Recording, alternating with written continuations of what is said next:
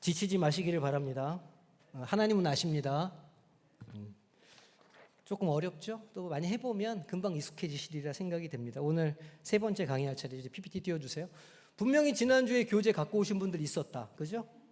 오늘 왜 성경 공부 안 하노? 이런 분명히 있었다. 분명히 한 5분 정도는 오늘 성경 공부한 날 아니야? 이랬을 거가 분명히 제가 유튜브로 봤거든요. 당황하는 분들이 몇 분 보이시는 것 같았어요. 자, 오늘 세 번째 우리 묵신학과 로마 제국 세 번째 강의 시작하도록 하겠습니다. 오늘의 제목은 뭐냐면 신약의 종말론과 요한의 독특한 세계예요. 그러니까 이제 우리가 지난 시간 구약에 있는 이 예언서들을 가지고 우리가 얘기를 했었단 말이에요. 다니엘, 에스겔, 또 이사야, 스가랴 이런 말씀들이 거기에 있는 것들이 어떻게 요한계시록에 영향을 주었는가를 우리가 이제 살펴보았어요. 물론 기억이 잘 나시겠지만 우리가 이제 그런 부분들을 다뤘었거든요. 근데 오늘은 어떤 내용을 다루냐면 사복음서와 그다음에 바울의 신학 그리고 사도 요한의 신학이 이 계시록에 어떻게 연결되고 있는지를 우리가 오늘 좀 살펴보려고 합니다. 그리고 다음 주에는 그 시절의 이 소아시아 7교회의 형편들이나 이런 것도 좀 우리가 미리 좀 살펴보고 계시록에 나오는 그 메시지들이 어떤 실제적인 의미가 있었는지를 우리가 조금 더 구체적으로 좀 이렇게 사전 학습을 좀 해 나가도록 하겠습니다. 햄릿이 이런 얘기를 해요. 호레이쇼, 하늘과 땅 사이에는 자네의 철학으로는 상상할 수도 없는 많은 일이 있다네. 이렇게 이제 말하는데 정말 그렇죠. 인간의 지혜와 인간의 어떤 사고로는 생각하고 판단하고 이해할 수 없는 일들이 굉장히 많이 일어납니다. 가만 돌아보면 그 이해할 수 없는 많은 일들이 하나님의 섭리에 의해서 이렇게 하나의 어떤 구원사로 엮여지고 또 나를 구원하신 손길로 이렇게 경험될 때가 있죠. 나는 알지 못하지만 그 하나님의 놀라운 역사가 있구나 이런 걸 우리가 깨달을 때가 있습니다. 오늘 우리가 할 내용이 관련이 좀 있어요. 신약의 종말론과 요한의 독특한 세계라는 제목인데 오늘 서론한 다음에 그 다음에 예수님의 종말론적인 가르침, 사도 바울의 종말론적인 설교, 또 요한의 신학 세계 이렇게 우리가 차례대로 살펴보도록 하겠습니다. 이제 서론을 좀 보겠습니다.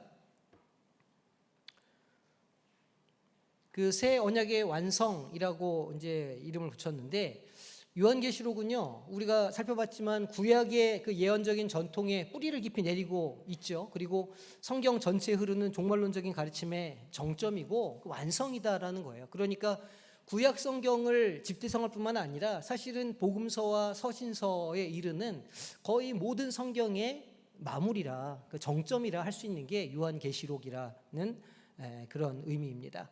그래서 오늘은 요한계시록의 신학적인 배경을 신약의 맥락에서 한번 우리가 살펴보겠다는 거예요. 제가 이제 미리 좀 이렇게 준비하면서 오늘 조금 내용이 어렵다 이런 생각을 했거든요. 너무 어려워도 제가 쉽게 또 설명을 잘하기 때문에 또 믿음으로 또 다 들으시면 또 이해가 되시리라 믿습니다. 감사합니다. 그래서 예수님께서 먼저 직접 가르쳐 주신 종말의 징조와 재림에 대한 말씀, 이걸 특별히 뭐라고 부르냐면 올리벳 강화라고 불러요. 이름이 처음 들어보셨죠? 그러니까 예수님의 종말에 대한 가르침을 올리벳 강화라 이제 이렇게 신학적인 용어를 붙이는데 이게 요한계시록의 종말론적인 사건들과 성도들의 삶을 살아가는 자세에 어떤 기초를 제공하는가 우리가 살펴볼 거예요. 이 올리벳 강화라는 말은요, 영어로 하면 올리벳 디스코스예요. 그러니까 이게 올리브산에서 한 말씀이다 그런 뜻이에요. 올리벳 강화란 올리브산에서 한 말씀이다 이런 뜻이에요. 올리브산이 어디죠? 올리브를 한자로 뭐라고 그럴까요? 감람. 올리브 나무가 감람나무예요. 그래서 그 이제 저희가 성지순례를 아직 안 가봤지만 그 감람산에 가면 거기 위트니스라고 하는 감람나무가 있다는 거예요.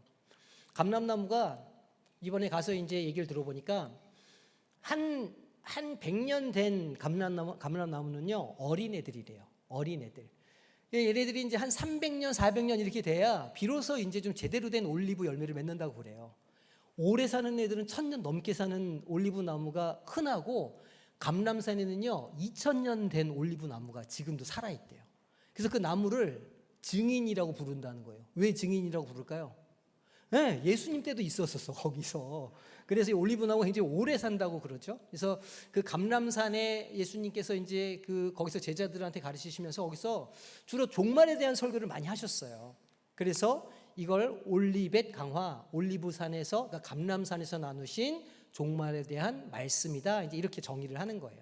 그래서 예루살렘의 감람산에서 제자들이 하신 마지막 긴 설교를 말하는 것이고, 주로 어떤 내용이 포함되어 있느냐? 예루살렘 성전의 멸망에 대한 거. 예루살렘 성전이 언제 멸망하죠? 그렇죠. AD 70년에 멸망하잖아요. 그럼 이제 이 성전에 대한 멸망을 아주 구체적으로 만약 복음서가 기록했다, 그러면 그 복음서는 언제 기록된 것일까요? 70년 이후로 기록됐을 가능성이 높죠. 그래서 우리가 복음서 연도를 잴 때 딱 보니까 마가복음은 조금 좀 그 고난에 대한 설명이 약간 좀 약해요. 그래서 그 70년 전후로 아마 이 복음서가 이 작성이 된 것 같다, 이제 이렇게 보통 이야기하고, 누가복음이나 마태복음은 굉장히 구체적으로 성전이 망가지는 이야기들이 기록되어 있거든요. 그래서 요것들은 AD 한 75년에서 85년 사이에 아마 수집되고 기록된 것 같다, 이렇게 말합니다.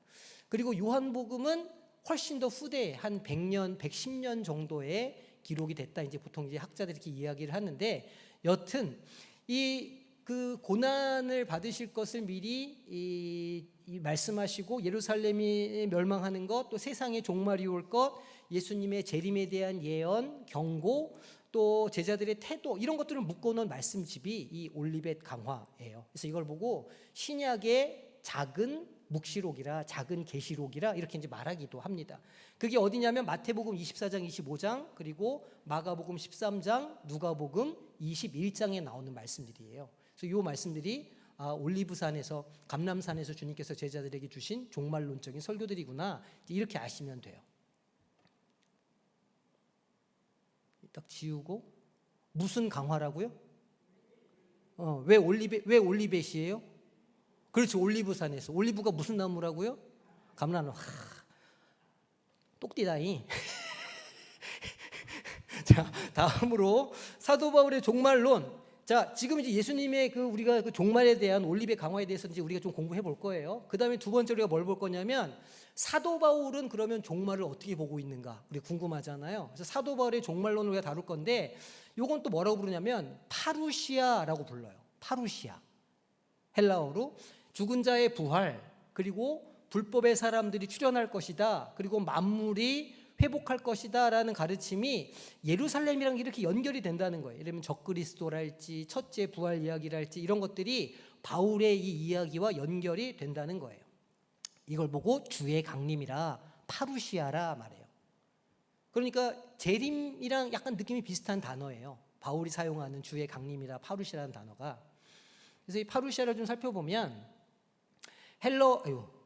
헬라어로 도착한다, 파루시아가. 그 다음에 임재, 여기 있다, 이런 뜻이거든요. 그리고 방문한다, 이런 뜻도 있어요. 그러니까 이게 이제 언제 쓰이는 단어냐면, 이 파루시아가 로마 제국의 황제나 고위 관리가 어느 이렇게 도시에 딱 들어오면요, 그걸 보고 파루시아라고 불렀대요. 황제가 오신다, 황제가 지금 도착했다, 이렇게 하면 그 성 안에 있는 모든 관리와 이 공무원들이 다 어떻게 할까요? 성 안에서 앉아서 기다릴까요? 아니잖아요. 다 성문 바깥에 나가가지고 딱 도열해가지고 기다리는 거예요. 그런 장면이 신약 성경에 어디 있죠? 막 누가 올 때 막 다 온 백성들이 나와가지고 막 환영을 하잖아요. 언제 그러죠? 예수님이 입성하실 때. 그것도 파루시아예요. 그러니까 예수님이 입성하는 그 장면도 마치 그런 아주 그 높은 사람이 들어오는 똑같은 형식을 가지고 있다는 거예요. 그래서 이 단어를 파루시아라고 하는데, 바울이랑 그 초기 기독교인들은 이 용어를 사용해서 만왕의 왕이신 예수님께서 영광스럽게 다시 오시는 것이 그 파루시아와 같을 거다라고 말하는 거예요. 다시 오시는 주님은 성문을 통해서 들어오시나요? 다시 오시는 주님은 어떻게 오신다 그랬어요? 내가 너희 본대로 다시 오겠다. 하늘에서 오신다는 거 아니에요. 그러면 하늘에서 오시는 분을 파루시아 하려면 어떻게 해야 돼요? 성문 바깥에서 기다리면 안 되잖아요. 뭔가 공중으로 올라가야 될 것 같죠. 그래서 휴거가 나오는 거예요. 계시록에 보면 이 바울 서신에 보면 첫째 잠자는 자들 일어나고 하늘로 올림 받고 들려 올림 받고 그다음에 두 번째 살아있는 우리도 들림 받는다 하잖아요. 거기서 말하는 그 들림 받는다 하고는 휴거는 천국에 간다는 의미가 아니에요. 이 파루시아 왕이 올 때 왕을 환영하고 맞으러 나가는 행위를 파루시아라고 불러요. 그러니까 휴거가 된다, 첫 번째 사람이 일어난다고 할 때 그거는 바로 천국 가는 거구나, 이런 의미가 아니라는 걸 아셔야 돼요. 신학적으로 그런 의미가 있다. 이거 환영하는 거구나, 오시는 왕을 환영하는 거구나, 이렇게 생각하시면 돼요. 그래서 왕의 영광스러운 임재와 그로 인해서 시작될 새로운 시대의 도래를 의미하는 그런 단어가 파루시아다. 이거를 주의 강림이라 바울 사도가 사용하고 있다는 거예요. 자, 그리고 사도 요한도 계시록만 쓴 게 아니잖아요. 요한복음도 있고 요한 1, 2, 3서도 있고 이런 그 요한계의 서신서들이 있는데 여기에서 나오는 종말에 대한 어떤 이미지랑 그럼 계시록에서 사용된 종말의 이미지랑 같은가? 다른가? 이런 걸 보는 거예요. 그래서 참 재미있죠. 그래서 요한복음, 요한서신서들에 나타난 주제들과 용어들이 어떻게 똑같고 어떻게 좀 차이가 있나 이제 이런 것도 우리가 오늘 살펴볼 겁니다. 또 그리고 요한복음의 어떤 복음적 주제는 뭐냐면 실현된 종말론이에요. 이미 너희에게 임하였느니라 말씀하시잖아요. 그러니까 요한복음의 주제는 하나님의 나라가 우리 가운데 이미 임했다는 거예요. 요한복음의 주제는. 그래서 여기 있다 저기 있다 찾지 말고 바로 너희 안에 있다 이렇게 말씀하시고 너희에게 이미 임했다 말씀하시는 그 실현된 종말론으로서의 하나님의 나라가 굉장히 강력하게 주장되고 있어요. 요한복음에서는. 그런데 계시록에서는 미래적 종말론, 앞으로 종말이 또 올 거야 라고 하는 이 미래적 종말론을 다루고 있거든요. 그러니까 같은 저자가 썼는데 하나는 이미 하나님의 나라가 완성됐다고 그러고 또 한편으로는 하나님 나라가 지금 올 거라고 그러고 이게 도대체 같은 사람의 책이 맞나, 이제 이렇게 우리가 의문을 가질 수 있잖아요. 그래서 이제 이런 문제들이 어떻게 부딪히지 않는 것인지도 우리가 다뤄보도록 하겠습니다. 오늘 내용이 좀 삭막하죠? 다룰 내용들이. 자, 이것을 통해서 우리는 요한계시록이 신약 성경의 다른 책들과 이렇게 구분되고 단절된 책이 아니라 서로 연결되어 있고 독특한 방식으로 하나님의 새 언약이라고 하는 큰 그림에 이렇게 조각들을 이루고 있다라는 걸 우리가 오늘 보게 될 거예요. 암송 안 하는 줄 알았죠? 네, 잊어먹은 줄 알았죠? 네, 순서를 교재에 맞춰서 바꿨어요. 자, 암송. 이게 너무 갑자기 당하시니까 다들 좀 당황하셨어. 마음을 놓고 있다가. 자, 준비. 자, 시작.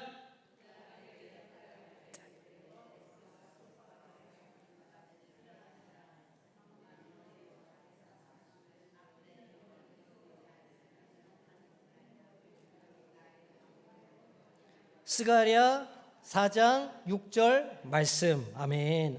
능력으로 되지 아니하고 뭐로 된다고요? 오직 성령으로 된다. 우리의 인생이 우리의 힘과 우리의 지혜와 우리의 능력으로 되는 게 아니라 오직 성령의 인도하심으로 성령의 지혜로 되는 거다. 매일매일 묵상하시고 그렇게 믿으시길 소망합니다. 아멘이 이렇게 소망합니다. 예. 그 원로 목사님 오시면 제가 이렇게 안 해도 그냥 아멘을 해주셔야 돼요. 맨날 오늘 오시면 그냥 그럼 맨날 근데 이번엔 안 하셨어 그거를, 그죠?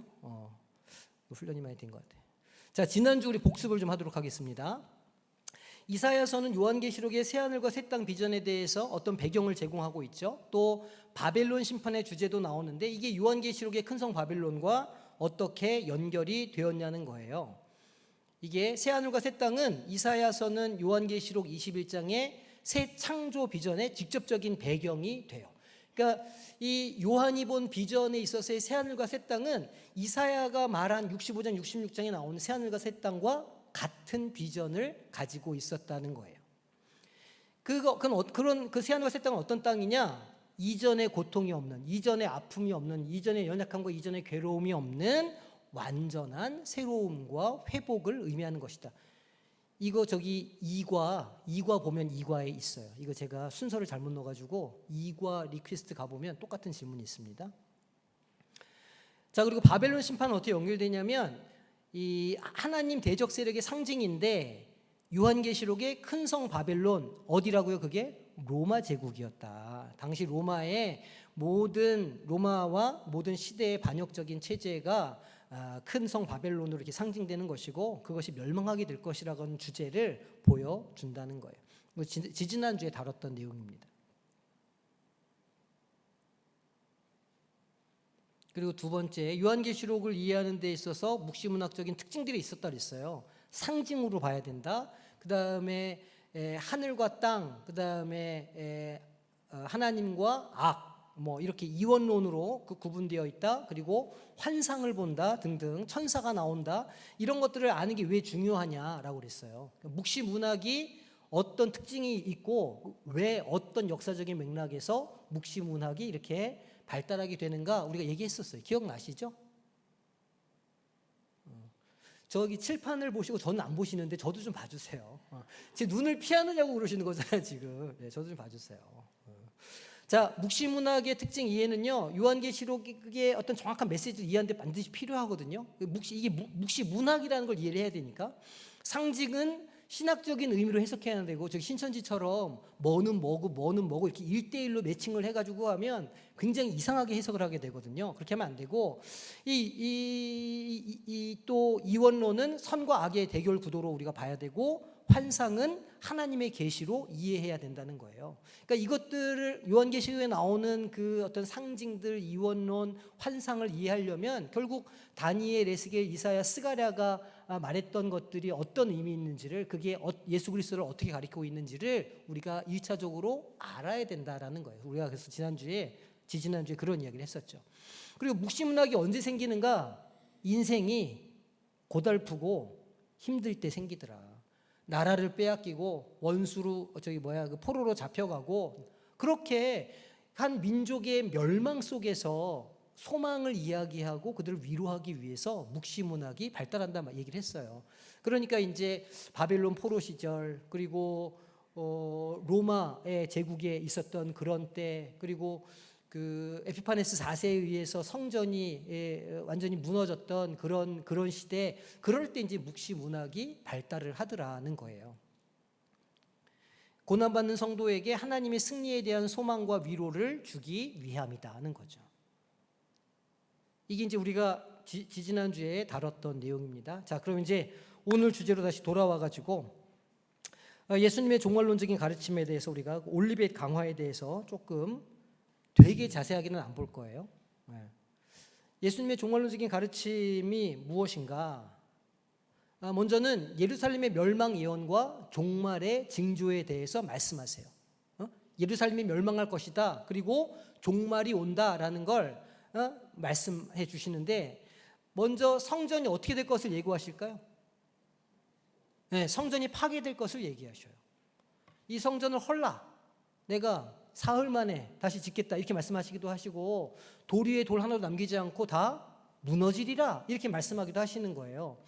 그러니까 이제 이거는 예언이기도 하지만 사실은 복음서를 기록한 사람 입장에서는 예수님 33년에 승천하시고 그 수많은 시절을 이제 그 성령을 받아서 핍박당하고 쫓겨다니고 이렇게 하면서 막 돌아다니면서 그 복음서에 예수님 말씀을 기록하고 그걸 수집하고 모으고 이런 과정을 거쳤을 거 아닙니까? 그러다가 시간이 AD 70년이 지난 제자들도 있었을 거고, 그러니까 어떤 제자들은 예수님 말씀을 기억해 보니 진짜 예루살렘 성전이 무너졌네? 이걸 본 제자들도 있었을 것이고, 마태와 누가는 그랬었던 것 같아요. 그래서 마태와 누가는 그것을 정확하게 봤기 때문에 그 내용을 구체적이고 너무 잔혹할 정도로 자세하게 기록을 해요. 예루살렘이 멸망하는 장면에 대해서. 근데 마가는 조금 그거를 그 전에 아마 썼는지 아니면 그 근방에 썼는지는 모르겠지만 조금 순화되어 있어요, 그 표현이. 어쨌든 성전이 파괴될 것을 예고하고 있고, 그 다음에 그때가 되면 거짓 그리스도가 막 나타난다는 거예요. 거짓 선지자들이 막 나타난다는 거예요. 그리고 전쟁도 기근도 지진도 박해도 일어날 것이다, 이렇게 주님께서 그 종말의 징조에 대해서 말씀을 하셨다는 거예요. 예수님의 그 올리벳 강화에서. 실제로 AD 70년 예루살렘 성전이 멸망했죠. 파괴됐어요. 그래서 세상 끝 징조와 이렇게 딱 겹쳐진 거예요. 주님이 말씀하신 대로 그대로 됐네. 그래서 예수님께서 말씀하신 예언은 훨씬 후대의 일인 줄 알았는데 금방 왔는데, 그래서 이 제자들이 아마 놀랬던 것 같아요. 초대교회 성도들이. 그러면 예수님도 곧 바로 다시 오시겠구나 이렇게 생각했던 것 같습니다. 그래서 데살로니가 교인들이 어떻게 됐어요? 예수님 곧 다시 오시니까 뭐 일해, 금방 다시 오시는데 그냥 우리 좀 즐겨. 한편으로는 너무 막 즐기자, 한편으로는 너무 금욕하자, 막 이런 종말론적인 어떤 그런 되게 근시안적인 삶을 살았던 거예요, 데살로니가 교인들이. 그러니까 데살로니가 전서, 데살로니가 후서 보면 재림 얘기가 많이 나오면서 그렇게 하지 말고 정신 차리고 신앙생활을 잘하라고 이야기를 해주는 거예요. 그러니까 데살로니가 전서가 가장 먼저 쓰인 복음서라고 볼 수도 있어요. 서신서 중에는 주님의 재림을, 임박한 재림을 기다리는 서신서기 때문에 그 막 혼란기에 그 65년 네로가 박해하고 예루살렘 성전이 무너지는 와중에 그 교인들이 얼마나 불안하고 예수님 다시 오셔야 된다 이렇게 했겠어요. 그러니까 막 이렇게 난리가 났을 때 데살로니가 전서가 쓰여졌고, 그래서 데살로니가서에 이 재림에 대한 이야기가 그래서 많이 나와요. 이단을 조심해라 이런 이야기도 많이 나오고, 주의 재림의 확실함과 임박성에 대해서도 또 주님께서 가르쳐 주시죠. 누가 구름을 타고 능력과 큰 영광으로 온다고 그랬어요? 인자가. 이 인자가 다니엘서에는 뭘 상징한다고요? 우리 다니엘 할 때 얘기했었잖아요. 인자가 그냥 사람의 아들을 뜻하는 게 아니고 인자가 뭘 뜻한다고요? 메시아를 뜻한다고. 이게 되게 중요한 건데, 이건 정말 중요한 것이거든요. 왜냐하면 예수님이 자기를 여러 차례 인자라고 말하셔요. 인자는 이렇게 할 때 그 인자는 사람의 아들 이런 뜻이 아니고 메시아라는 뜻이에요.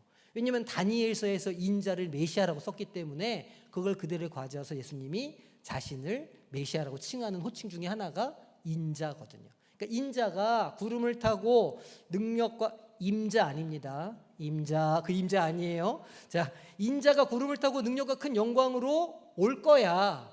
난 메시아니까. 그러니까 나를 기다려. 그런 말씀이에요. 분명히 그 너희들이 본대로 내가 다시 올 거다 이렇게 말씀하시잖아요. 가시적이고 영광스러운 모습으로 재림하실 것이다. 눈에 보이고 영광스러운 모습으로 재림하셔서 우리가 파루시아 하나님을 맞으러 간다는 거예요. 그러면 말하자면 이 땅에서 뭐하고 있던 백성들이 막 핍박당하고 고통당하고 막 아파하고 괴로워하고 억눌려 살던 사람들이 예수님의 재림의 때는 어떻게 되는 거예요? 다들 땅바닥에 기고 있을 때, 그 신앙을 지키고 믿었던 사람들은 주님이 오실 때에 파루시아 주님의 그 영광을 맞으러 그 성전, 하늘 성전 문 앞으로 다 간다는 거예요. 그게 이제 바울 사도가 이제 후에 이야기하는 이야기인 거죠. 그런데 주님께서 말씀하셨어요. 그날과 그때는 안다, 모른다. 예수님 자신도 모르신다 그랬어요. 오직 누구만 안다고? 아버지만 아신다. 그래서 정확한 시기를 예측하는 모든 사람들의 말은 다 뭐다? 네. 그리고 마지막 시기를 예측해가지고 그날 앞으로 있을 일들에 대해서 막 사람들한테 겁주고 무섭게 하고 하는 사람들도 뭐다? 다 사입이다. 조심하셔야 돼요. 요즘에 유난히 더 난리예요. 요즘에 막 유튜브들 뭐 이런 거 제가 얼핏 보면 흔한 얘기들이 몇 가지가 있는데 뭐더라? 일루미나티, 또 프리메이슨, 또 뭐 있어요. 쭉 몇 가지 있는데 그 다 말도 안 되는 소리들이니까 듣지 마세요. 전혀 그렇지 않아요. 그날은 아무도 모르고 그 앞으로 있어질 일들도 우리는 성경을 통해서만 보는 것이지 그게 뭐 구체적으로 무엇이다 이렇게 말하는 건 다 사람들의 생각이고 도리어 우리를 미혹하는 영의 유혹이에요. 그러니까 거기에 넘어가시면 안 됩니다. 하지만 뭘 해야 돼요? 항상 깨어 기도하며. 그렇죠. 기도하며 뭐 해야 돼요? 준비하면서 살아야 돼요. 마지막 날을 준비하면서 살아야 돼요. 마지막 날을 열심히 너무 준비했던 1993년도에 어떤 단체가 있었죠. 진짜 열심히 준비했어요. 막 집 팔고 책 팔고 냉장고 팔아서 그 밭을 기어이 샀지만 아무 일도 일어나지 않았잖아요. 하나님은 그렇게 일하시는 분이 아니시라는 거예요.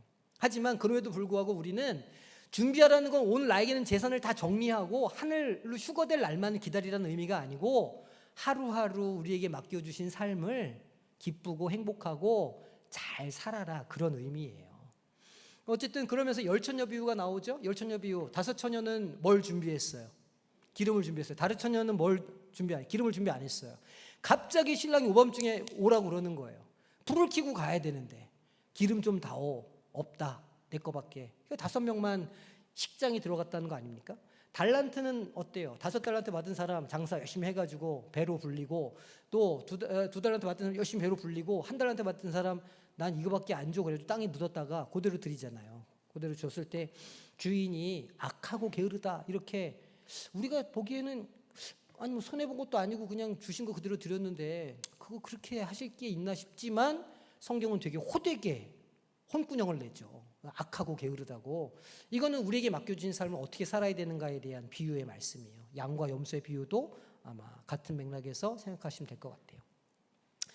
그 우리들의 자세는 어때야 되느냐? 핍박 중에 어떻게 하라는 거예요? 견디라는 거예요. 인내하라는 거예요. 삶에 어려움이 있죠. 고난이 있어요. 없는 사람이 없을 거예요. 하지만 인내하라는 거예요. 인내하면서 복음 붙잡고 살라는 거예요. 또 거짓 가르침과 미혹이 많다는 거죠. 요즘 세상도 거짓 가르침과 미혹이 되게 많은데 그것에 대해서 분별력을 가져라 말씀하고 계셔요. 예수님 때에도 그런 사람들이 많았던 것 같아요. 예수님 시대에도 내가 그리스도다라고 말하는 사람들이 한 30명 가까이 있었다고 그래요. 예수님 시대에도. 그리고 전 세계적으로 내가 예수하는 사람이 한 40명, 50명 정도 되는데 우리나라에만 한 30명 있다고 그럽니다. 이 나라가 분명히 뭔가 좀 말씀으로 충만한 나라인 것 같기는 해요. 왜냐하면 이 땅에만 그리스도가 30명 이상이 존재하니까. 근데 어쨌든 간에 시대마다 그런 거짓의 영들이 늘 있어 왔다는 거예요. 그거를 잘 분별할 수 있는 능력이 반드시 있어야 된다는 거예요. 깨어서 기도하면서 주님의 오심을 준비해야 된다. 분별할 수 있는 방법 중에 한 가지는 그 진리를 믿음으로 그 사람이 더 그 삶을 열심히 살게 되고 그 사람이 더 평화로워지고 그 사람이 더 많은 사람들에게 유익한 삶을 사는가 아닌가를 보시면 돼요. 어떤 종교나 어떤 진리에 미쳐가지고 그 삶이 망가지면요, 그거는 종교가 아니에요. 그거는 거짓 종교, 그건 악한 종교. 참된 종교는, 기독교는 한 사람이 전인적으로 완전해지도록 하나님께서 인도해 가시는 종교예요. 그러니까 기독교인은 심취하면 심취할 수 있도록 점점 더 뭐가 많아져요? 사랑이 많아져요. 오래 참아요. 나눠줘요. 이런 삶으로 성장해 가는 것이니까 그거를 분별할 수 있는 방법은 그 사람이 어떤 삶의 열매를 맺나를 보시면 돼요. 어렵지 않습니다. 자, 이런 예수님의 올리벳의 강화가 요한계시록과 어떻게 연결이 됐냐? 영광 중에 재림하신다는 거, 종말의 때에 환난과 핍박이 있다는 거, 하지만 그 속에서 성도가 인내할 때 승리할 수 있다는 거, 하나님이 그 악을 심판하신다는 것과 하나님 나라가 반드시 올 것이다, 완전하게. 이 예수님의 가르침과 계시록에 나오는 그 말씀과 일치하는 내용들이에요. 그리고 깨어있으라고 하는 명령은 요한계시록에서도 수도 없이 계속 반복해서 나오죠. 성도들의 기본 자세로 깨어있으라라고 말하는 거예요. 그러면 사도 바울의 서신서들에서는 어떻게 이런 내용들이 다뤄지느냐, 이걸 좀 보겠습니다. 예수님께서 재림하신다는 걸 파루시아 얘기를 했죠. 그 데살로니가 전서에 나오는 본문이에요. 주님께서 이제 재림하시는 거예요. 강림하시는 거예요. 주님께서 왕으로 다시 오셔요. 이렇게 하면 그 주님을 맞아야 되니까 첫째로는 죽은 자들이 살아난다는 거예요. 죽은 자들이 살아나요. 그리고 살아남은 사람들 어떻게 해요? 들림을 받아요. 들림을 받다, 영어로 랩처, 그걸 한자로 휴거라고 불러요. 그리고 올라가서 이제 주님과 계속 동행하면서 있는다는 거예요. 주님, 그 오신 주님, 공중에 계신 주님을 맞아가지고 성도들이 주님과 함께 온 열방을 다스릴 권세를 받게 된다고 얘기해요. 그리고 불법의 사람과 주의 날에서 경고를 하죠. 불법의 사람이 있다는 거예요. 그리고 주님의 날이 이른다, 심판의 날이 있다. 이거를 이제 데살로니가 후서에서 이야기를 합니다. 무엇과 무엇의 사람이 출현하느냐? 배교와 불법의 사람이 출현한 다음에 주님의 날이 온다는 거예요. 이건 무슨 말이냐면 주님의 날이 오기 전에는 반드시 뭐가 있을 거라는 말이에요. 고난이 있을 거라는 말이에요. 주님이 오시기 전에 반드시 우리 인생이 고달플 거라는 말이에요. 우리가 하나님의 영광을 보기 전에 이 땅 가운데 고난의 길을 걸어갈 거라는 말이기도 해요. 바울 사도가 이 데살로니가서를 쓸 때가 어떤 때였냐면 네로 황제가 막 핍박을 시작하고 기독교인들 막 디아스포라로 도망 다니고 지하로 파 내려가고 이렇게 난리가 날 때였어요. 그러니까 이 초대교회 그리스도인들이 우리 어떻게 사노? 우리 어떻게 우리 목숨을 지킬 수 있나? 막 온갖 두려움과 걱정으로 가득 차 있던 사람들이었어요. 그 사람들한테 얘기해 주는 거예요. 예수님이 다시 오시는데 그 전에 배교와 불법의 사람들이 나타나서 우리를 핍박할 거야. 지금 우리가 그런 때를 살고 있어. 그러니까 이 때를 지나가면 어떻게 된다는 거예요? 주님이 오신다는 거예요. 그 소망을 주기 위해서 이걸 쓴 거죠. 불법의 사람은 하나님을 대적한다, 자신을 높인다, 성전 예배당의 제일 높은 곳에 앉아서 자칭 하나님이라고 말한다. 이게 누구를 말하는 걸까요? 당시 황제. 로마 황제가 내가 신이다 선포했거든요. 황제 숭배 사상을 막 강요했거든요. 그러니까 로마가 제정 시기가 있고 황제 시기가 있는데, 제정 시기에는 그 원로원에 있는 사람들이 몇 명 뽑아가지고 정치를 운영했기 때문에 그런 문제가 없었어요. 근데 이제 한 150년 뭐 이렇게 되면서 이 시저 이후로 이 황제가 세워져요. 그러면서 황제가 자기 신격화하기 시작하거든요. 그러면서 이제 황제 숭배 사상을 강요하고 뭐 1년에 몇 번 정도는 황제한테 예배해. 이렇게 하는데 그리스도인들은 그걸 용납할 수가 없었던 거예요. 그러니까 이제 1대, 2대, 3대, 4대, 5대 이렇게 가면서 점점 더 핍박이 심해지고 도미니티아누스 황제 때 거의 극에 달했죠. 그런데 그 자칭 하나님이 언제 주님께서 강림하시면 멸망시키실 것이다 얘기를 하고 있어요. 이것이 계시록 13장에 짐승이라고 표현되고요. 짐승의 숫자가 몇이었어요? 그래, 맞아요. 666을 그 히브리어 헬라 음가 그 숫자를 넣어서 다 더하면 그게 666이에요. 그게 적그리스도로 표현되고 또 뭐로 표현되냐면 거짓 선지자라고 표현이 돼요.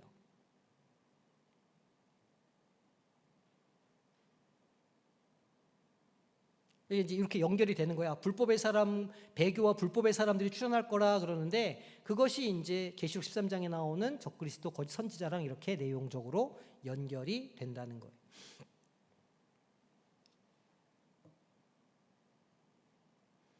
그리고 이제 부활의 소망에 대해서도 이야기를 하죠. 그리스도의 부활은 성도 부활의 첫 뭐라 그랬을까요? 열매. 그렇죠. 예수님께서 부활하셨는데 그것이 예수님 첫 열매야. 그럼 그 다음 열매는 누구라는 거예요? 자기들이라는 거예요.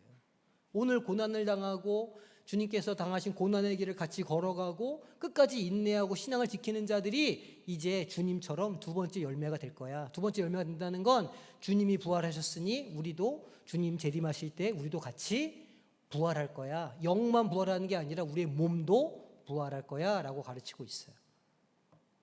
마지막 날 영광스러운 몸이 변한다 말하죠. 사실 이것 때문에 초기 좀 보수적인 교회에서는요, 화장을 안 했어요. 왜냐하면 몸이 부활한다고 하는데 그러면 이거를 다 태워버리면 부활 못할 거 아니냐. 근데 그것도 조금 좀 너무 뭐랄까 문자적으로 해석하는 내용이에요. 하나님은 창조의 하나님이시기 때문에 어떤 방식으로든 부활시키시거든요. 그거는 우리가 고민할 문제가 아니에요. 그리고 또 죽은 지 뭐 몇천 년 되면 뼈도 다 사라지는 판인데 이게 이제 그렇습니다. 자, 만물의 회복과 하나님의 완전한 통치에 대해서도 바울이 이야기하죠. 로마서 8장에 보면 피조물의 탄식과 해방에 대해서도 말하고 성도들의 몸의 구속에 대해서도 말하는데, 이 8장 23절 보면 그뿐 아니라 또한 우리 곧 성령의 처음 익은 열매를 받아 우리까지도 속으로 탄식하여 양자 될 것 곧 우리 몸에 무엇을요? 속량을 기다린다. 우리 몸까지도 하나님께서 영성체로 바꿔주신다는 걸 기다린다는 거예요.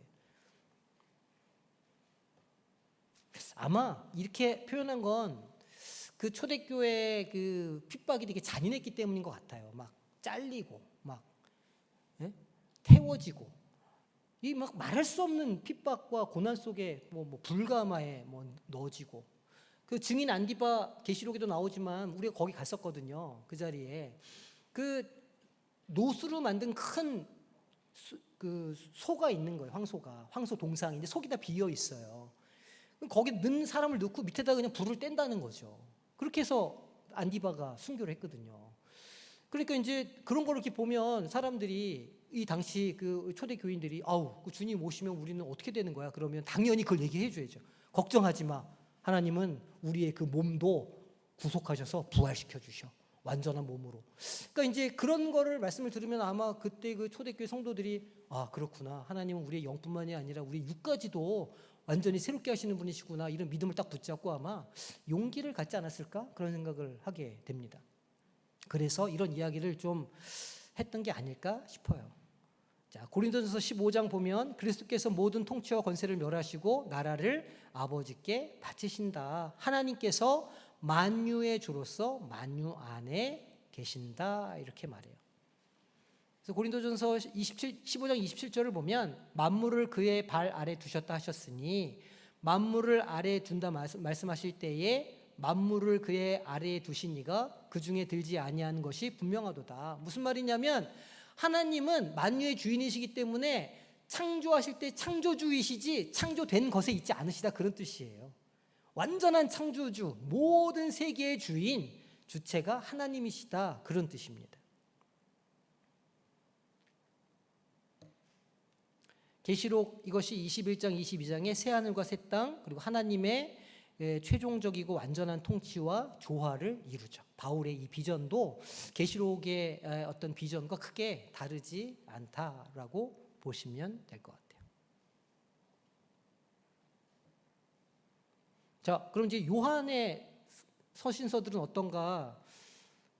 이것도 참 재미있는 부분이에요. 왜냐하면 요한 서신서도 쓰고 요한 1, 2, 3서도 쓰고 또 계시록도 쓴 사람이기 때문에 어떤 차이가 있는지가 저는 개인적으로 되게 좀 재밌었던 부분이거든요.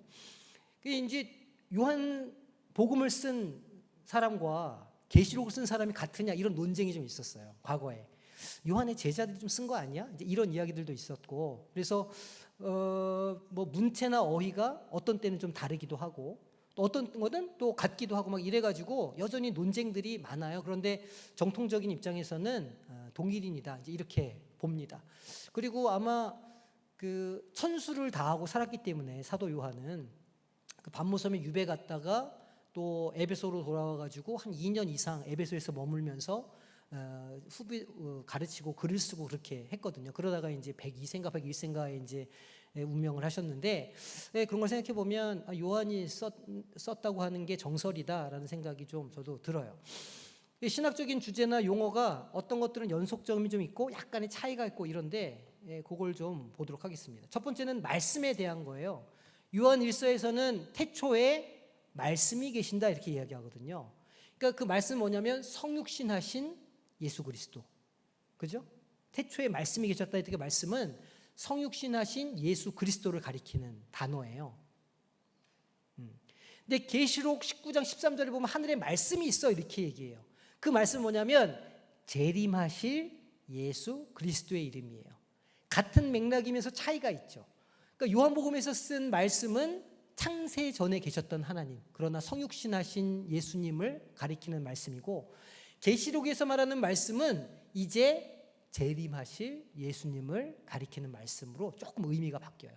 뭐 그게 되게 크게 다른 것은 아니나 어쨌든 문맥상으로 보면 약간의 차이가 있다는 거예요. 하지만 예수님의 신적인 어떤 본질적인 면 그리고 계시자로서 선지자로서의 그 직책에 대한 어떤 강조점 같은 거는 같아요. 또 어떤 용어가 있냐면 세상 죄를 지고 가는 하나님의 어린 양이다 이렇게 말하잖아요. 어린 양. 그러니까 요한 1서에서는 이 세례 요한이 오시는 예수님을 보고 뭐라 그러냐면 세상 죄를 지고 가는 하나님의 어린 양이다 이렇게 표현을 해요. 그게 이제 어디 나오는 말씀이냐면 이사야에 나온 말씀이에요. 그래서 어린 양이로구나 이렇게 하는데 계시록에서는 그 어린 양이 어디에 있어요? 보좌 우편에 있어요. 그 어린 양이 죽으러 가는 양이 아니고 보좌 우편에 앉아 있는 것으로 묘사가 돼요. 그러니까 그 두 양도 똑같은 양이라고 써 있지만 약간의 차이가 있다. 하나는 이제 고난받고 죽어야 되는 이사야의 어떤 그런 고난받는 종으로서의 모습을 강조하고 있고 계시록에서는 승리자의 모습으로 얘기를 하고 있어요. 그래서 6월절의 어린 양과 이사야 53장 고난받는 종의 이미지를 이렇게 결합해서 구속사적으로 또 완전한 승리를 상징하는 모습으로 그렇게 쓰여지고 있다는 걸 보시면 돼요. 또 무엇이 대조가 됐냐면 빛과 어둠의 대조가 많아요. 요한복음과 요한 1서에서는 빛과 어둠을 계속해서 비교해가지고 막 설명을 막 하거든요. 특히 이 맹인 이야기 나오잖아요. 이 눈먼 맹인은 어둠 속에 있는 사람인데 예수님을 알아봤지만 바리새인들은 눈을 뜨고 빛을 보는 사람이었지만 예수님을 알아보지 못했죠. 진정한 어둠 속에 있는 사람이 누구인가, 이런 걸 요한복음이 얘기를 하거든요. 그러니까 요한복음은 빛과 어둠을 굉장히 대조하면서 우리에게 진리를 전해주고 있는데 요한 1서에서도 마찬가지로 빛과 어둠을 강조하고 있어요. 계시록에서도 하나님의 임재는 빛으로 표현하고 사단과 악의 세력은 어둠으로 그렇게 표현을 하죠. 그러니까 이제 이런 주제가 똑같이 연결이 됩니다. 그 다음에 또 어떤 용어가 나오냐면 이게 마르티리아 마르티스가 뭐냐면 증거, 증인이라는 뜻이에요. 마르티스 이거 우리 그 성지순례 가서 마르티스라고 이렇게 아마 보셨을 건데, 그러니까 요한복음에서는 그 예수님과 제자들의 어떤 증거, 증인의 삶을 강조를 해요. 근데 계시록은 이제 이 단어에서 파생된 마르티어, 순교자를 강조를 해요. 그러니까 증인은 마르티리아라고 부르는데 예수님의 정체성과 생명의 진리를 말과 삶으로 선포하고 증명하는 사람들을 증인이라고 불러요. 자, 예수님이 승천하시고 복음이 확장되기 시작할 때 그때는 어떤 사명이 중요하냐면 복음을 증거하는 사명이 중요하죠. 그런데 복음을 막 증거해요. 증거하다가 어떻게 돼요? 초대교회가 어떻게 됐어요? 증거하다가 박해도 당하고 죽임도 당해요. 그러면 복음을 증거하다가 박해를 당해서 죽으면 뭐가 돼요? 순교자가 되는 거예요. 마르티르가. 그래서 요한복음에서는 증인이라는 단어가 되게 많이 나오거든요. 증인 이렇게. 계시록으로 딱 넘어가면 순교자 얘기가 계속 나와요.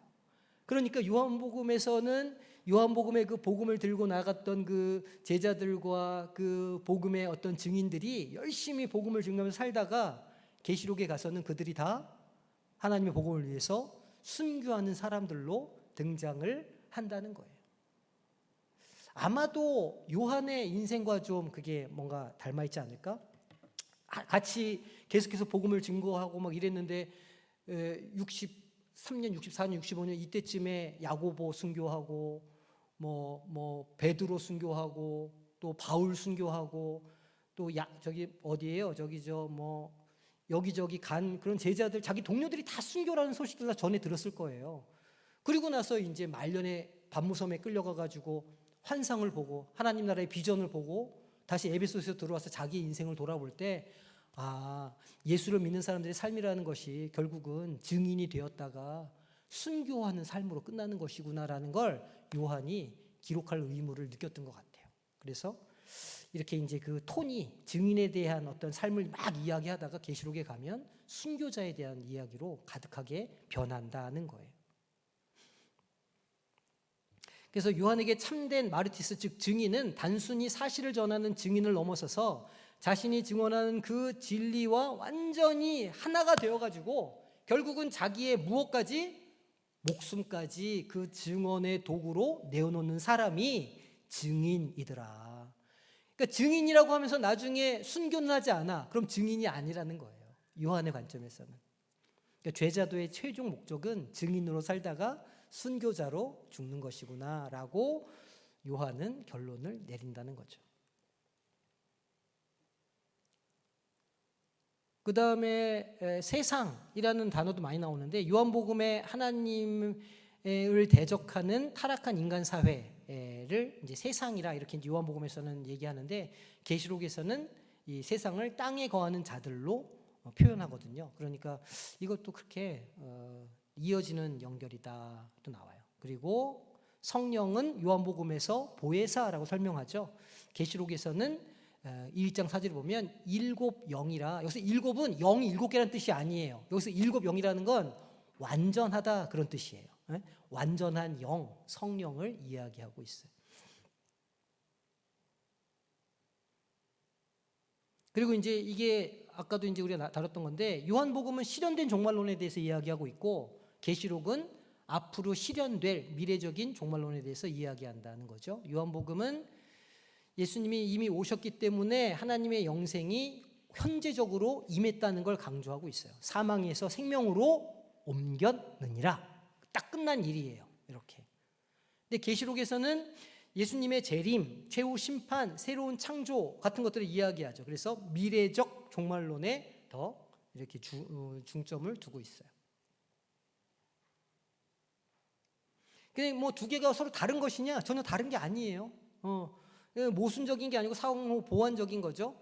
성도는 이미 영생을 소유한 사람들이죠. 이미 우리는 천국을 갈 수 있는 자격을 가진 사람들이에요. 하지만 우리가 좀 천국에 있어요, 안 있어요? 천국에 있지는 않잖아요. 그러니까 이미 우리가 천국에 갈 자격은 얻었지만 아직 천국에 있지는 않다. 그러니까 구원의 최종적인 완전한 성취는 미래의 재림을 통해서 이루어질 거다. 이미 이루어진 것과 아직 이루어지지 않은 것의 균형을 잘 잡아야 된다는 거예요. 신약 전체의 중요한 신학 주제이기도 하고 요한의 저작들은 특별히 이 긴장감을 잘 드러내고 있다는 거예요. 계시록은 요한복음에 이미 시작된 하나님의 나라가 아직 그렇죠. 완성되지 않은 미래로 나아가고 있다고 말해주고 있어요. 그러니까 지금 요한복음은 이미 우리에게 일어난 일들에 대해서 쭉 증언을 했죠. 이제 계시록은 일어날 것이지만 아직 완성되지 않은 것에 대한 이야기들이다. 이렇게 이제 보시면 된다는 거예요. 자, 시간이 다 됐는데 이제 우리가 여길 들어가니 어떻게 하면 좋을까? 어떻게 할까요? 계속해요? 아니면 다음 주에 끊어서 해요? 머리가 아프시면 자, 그러면 이 질문하기는 다음 주에 붙여가지고 조금 미뤄서 할게요. 여기 또 다음은 그래도 한 20분은 또 훌떡 지나갈 것 같아가지고 자, 그러면 오늘은 여기까지 하고 그럼 숙제가 있는 건가요? 없는 건가요? 네, 숙제가 없는 거네요. 자, 할렐루야. 뭐 그런 날도 있어야지. 그래요. 네.